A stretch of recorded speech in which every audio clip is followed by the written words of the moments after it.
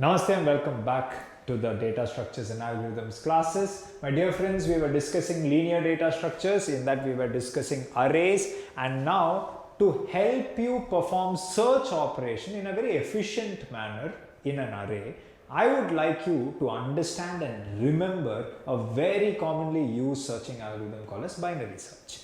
Now, how does this binary search work? We will look at that later. For the time being, I want you to look at real life, right? Now, let us assume I'll give you a dictionary and I'll ask you to search for a word called as success. Tell me, how will you guys perform searching? Will you do searching like this? Let us assume that you will begin from the page where all the words from A start, that is basically your first page, and will you go till the last page, which is Z, one by one, one by one, one by one? Will you keep going till you find success? I don't think any of you would do that. If you did that, where you go from the first page till the last page trying to find the word, then in a way you're using the linear search way of performing search. Linear search is what you're doing. But we human beings are intelligent. You will not use the linear way of searching. Instead, what will you do? What you will do is, you will take your dictionary and you will randomly open it. When you randomly open it, let us assume that you ended up in C. So you're beginning from C, and obviously till end of the page Z is there. Now you will see, oh, I'm in C. So C comes before S. C comes before S. Which means all the words before C, you need not search. Which means now your search, you will restrict it from C page till the last page. Now again there randomly you will open. When you randomly open, you will see that you have landed in the page where words of T are there. Now you know that T comes after S, which means all the words after the page of T will never have success in it, will never have any words which begin with S, which means you don't have to go till Z. So now what you will do is, you will now realize that okay, my beginning may be C, but my ending page now becomes T. I don't have to look for anything after T. So see how you are cutting out pages, you are reducing the number of searches. Again you will randomly open, and when you randomly open, you have now landed on words with P. Now you know P comes before S. You know T comes after S, which means now your search will only be restricted to such words which lie between P to T. Any confusion till this point of time? And then maybe when you again randomly open between P to T, you land on yes and you find success and the meaning of it. So every time you kept opening, checking whether your word lies there, checked whether your word will come before that or after that, and accordingly adjusted the number of pages where search is going to be performed. My friends, this is the primary idea between performing, or the underlying principle of performing binary search. I hope everybody has been able to understand this much. Now, how do we implement it in a programming scenario? Let me show you. Let us assume I have been given an array of values like this. Clearly one can notice that none of the values in this array are sorted. They are not sorted, it's all jumbled up. One thing you must commit to your memory. Binary search can never ever be performed if the array is not sorted. Reasons are simple. Let us go back to the example of dictionary. Don't you agree dictionary is a sorted book where it's sorted alphabetically from A till Z? It is sorted. That is why your approach previously worked. If it was all jumbled up, how will you do whatever you did last time? You cannot do it, right? So remember always that sorting is important. So what I will do is, first thing, if binary search has to work, I am now going to go ahead and sort this array in the ascending order. I have sorted it. Any confusion till here? How to sort, you guys know? A built-in function arrays.sort also you can call if you are using Java. In Python also built-in sorting functions is there if you are using lists. Any confusion till here? Beautiful. Now what I will do is, let us apply binary search. So how does binary search work? Very simple. Now that I have sorted it, I'm going to have a variable called as key inside which the value is 13. My ultimate aim is to search for 13, and you may say 13 is not there, correct? That you as a human being looking, you told. Now the program has to do the same. So how are we going to do it? Easy, very easy. What I will do is, I'm going to have two pointers, guys, which will help me. Two variables which will help me do the searching. So in fact, three variables called as low, high and mid, which I am showing as a table like this: low, high and mid. Now, why do I need this table? You will understand. Initially, low is going to be pointing to the first element, which is the 0th element. High is going to be pointing to the last element. Last element's index. So the last element's index is 8. I hope you're able to think. What will mid be? Mid depends upon low and high. So what I will do is, I will tell mid is equal to low plus high divided by 2. Correct? That is how you will find the middle point in your array. So if I do low plus high divided by 2, you know it is 0 plus 8 divided by 2 is nothing but 4. So now mid will be pointing to 4. Any confusion till this point of time? Now this low, high and mid, I will keep adjusting till I find my element. How does that work? Let me show you. Now that I found mid, first thing I will check is, I found the middle element. First thing I will check is the middle element equal to my key? How will you do that? Simple if condition. If in case key is equal to A of mid, I will check. Yes, in this case it is not, the element is 12 is the middle element, but it's not, 13 is what we are searching for. It's not. If it was, I would have directly returned the index. I would have directly returned the index, so I will tell return mid if I find it. Else means what? Now that I know that the middle element is not what I am looking for, now what I want to do is, I want to adjust low and high. Now why am I adjusting? Very simple. Guys, think about it. Middle element is 12. What you are searching for is 13. This is a sorted array. If really 13 was there, okay, will it be to the left of 12 or will it be to the right of 12? Where would you find 13? Anyone with common sense would tell me, sir, if 13 was there, it will be to the right side. It will never be to the left side because 13 is greater than 12 or 12 is lesser than 13. Which means all these elements I can ignore them. No need to perform search. Common sense. How will I do it? Very simple. Else, I will check if in case the key is less than A of mid. If this key was less than this element, it will not be to the right, it will be to the left. If it will be to the left, then my search must only be here. For that, I have to adjust this low and high, because this low and high will tell me the range of values I must check. I hope you are able to think. So, if at all the mid element was lesser, then from here to here I should search. If here to here I should search, low I need not adjust, let it be as it is. But this high, from here I should bring it here. See, I am bringing high here. Now, how will I adjust the high value? Very simple. Mid minus 1, 4 minus 1. That is what I am doing. Hey, if key element was lesser than the element at the middle, then adjust high by bringing it 1 less than mid, 1 before mid.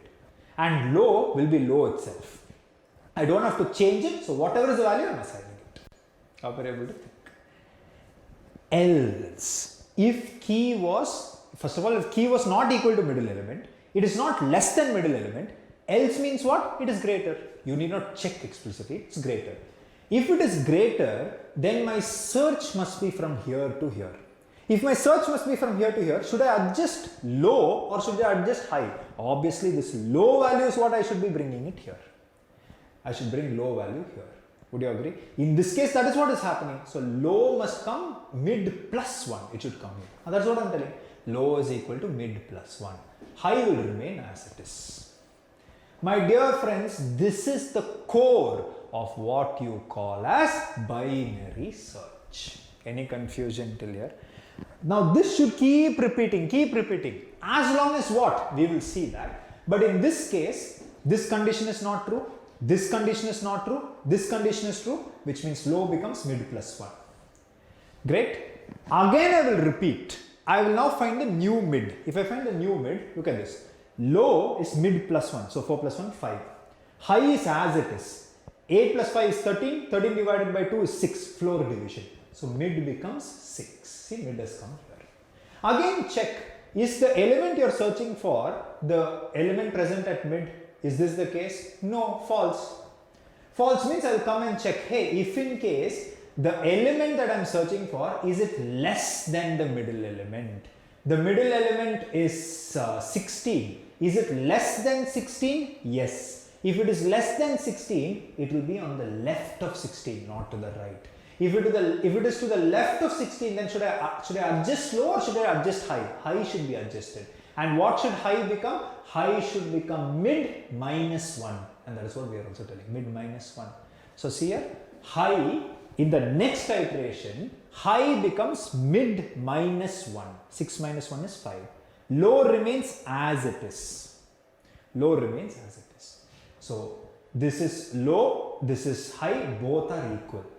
Again, I will find the mid. Mid means what? 5 plus 5, 10. 10 divided by 2 is 5. So mid also becomes 5. So low, high and mid are the same place. Now I will again check. Hey, is the element at the middle equal to the key? No, it is not equal. I will check if in case the element that I am searching for, is it lesser than the middle element? Yes, it is lesser than the middle element. If it is lesser than the middle element, then what should I do? Mid, high should become mid minus 1. So see, if I do that, high becomes mid minus 1. So mid is 5. 5 minus 1, 4. Low remains as it is. So 5. Now if you notice, first time ever something has happened where the low value is greater than the high value, or the high value has become lower than the low value. Now you're able to think, this should never happen. If this happens, it means that the element that you're searching for was never found. Now you're able to think, the element you're searching for is never found. And if at all the element was there, at one point or the other, this condition would have got satisfied, and wherever mid is pointing, you would have found your element. I hope you're able to think. Any confusion till here? So my dear friends, what is the condition for which this has to keep repeating? This should keep repeating as long as while low value is less than the high value or equal to the high value, never greater. I hope you're able to think. So low, less than, see, less than, or equal to, see, equal to high. Any confusion till this point of time? Till then, it has to keep working. Any confusion? This is the simple way to do your binary search algorithm, right? Now that you understood, let us go and write some code. Alright, my dear friends. So now, please understand. I have created a function called as binary search, accepts an array and a key. So inside this, I will create one integer variable called as L for low, and initially its value will be 0, comma. I'll create one variable called as high, whose initial value will be the last index. So length minus 1, a dot length minus 1, simple. Okay, great. Now I will come, I'll also create mid, and maybe I'll initialize it to 0. Next I will come down. Now I will write my while loop as long as low value is less than or equal to mid. High, sorry. Right? If it is less than or equal to high, then come inside, find the midpoint. So mid is equal to low plus high divided by 2. L plus H divided by 2. Anyways, you know, truncation will happen, floor division only will happen. Next, what we must do is, we will come down and I will now check if in case the key value is equal to the element present at mid position. So, A of mid. If that is the case, I will just return mid. I will return mid. Next, I will come down, else I will check if in case the key value is less than the mid value, A of mid. If it is less than A of mid, then low will be low, but high should be brought before mid. So I will tell high is equal to mid minus 1 and low is equal to low only. See, this is optional for you to write, but I'm just, because anyways you are not changing it. I'm writing it so that you know you understand, but you need not really write it as code. Okay. Next. Yeah, you can just comment that and keep it. You need not write it because it makes no sense. L is equal to L. Anyways, if it is the same, you are not changing it, right? Else, what I will do is, now if key is greater, then low value should come after mid. So L is equal to mid plus 1. High remains the same. So I'll just write H is equal to H and I'll just comment it, not required, H. Yeah, I'll just comment that. Right? Great. Now this will keep looping. If at all the element was there, at one point mid will come at that element. And this condition will be true, you will return the position.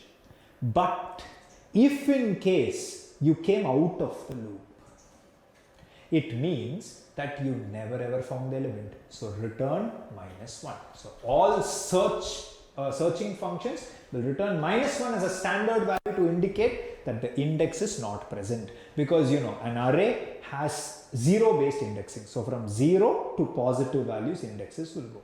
So if you get minus 1, it means it is not there. That is the thinking. Okay. Come. So now I'll just see, I've created an array, guys, or it's sorted. See, it's sorted because you know sorting is very important. Key is 13. 13 is not there. Minus 1 I should get. So if in case I execute it, then minus 1 you have got. I'll give maybe 15 as the key. Then obviously it is there. So it is at 0, 1, 2, 3, 4, 5. So it's at index 5. Perfectly it works. Now what is the time complexity? You must be wondering. Guys, it's very simple. Every time if you notice, you are cutting the array by half. Your search is being by half because every time mid is finding the middle point, then low and high you are adjusting. So every time the search, you are cutting it by half. How are you able to think? If 10 elements are there, then you will search 5 elements, then you will search 2 elements, that it will go. If 20 elements are there, then it will become 10, then it will become 5, then it will become 2. Every time you are cutting it by half. So whenever a loop is cutting by half, we have seen in so many programs that the time complexity is always big O of log n.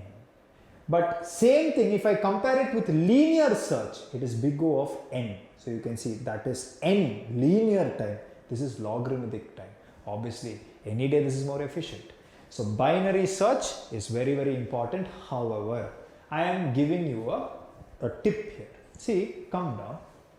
Here, let us assume this was not sorted. If this was not sorted, binary search will not work. If it will not work, you have to sort it. So either you can write some selection sort, insertion sort, bubble sort, something, and you know whatever sorting algorithm you use. Okay. Let us assume the best sorting algorithm you use, which will be log n time complexity. Okay. N log n will be the time complexity of like a very good sorting algorithm. Now, let us assume I go here in the next line. I just tell arrays.sort of A. Assume this was not sorted. Arrays.sort A. I have given. Okay. So you can just change these elements, just randomly interchange them. Yeah, that's it. Yeah, enough. So now this is not sorted. So obviously first you have to sort, only then you can pass. Now this sorting will take n log n.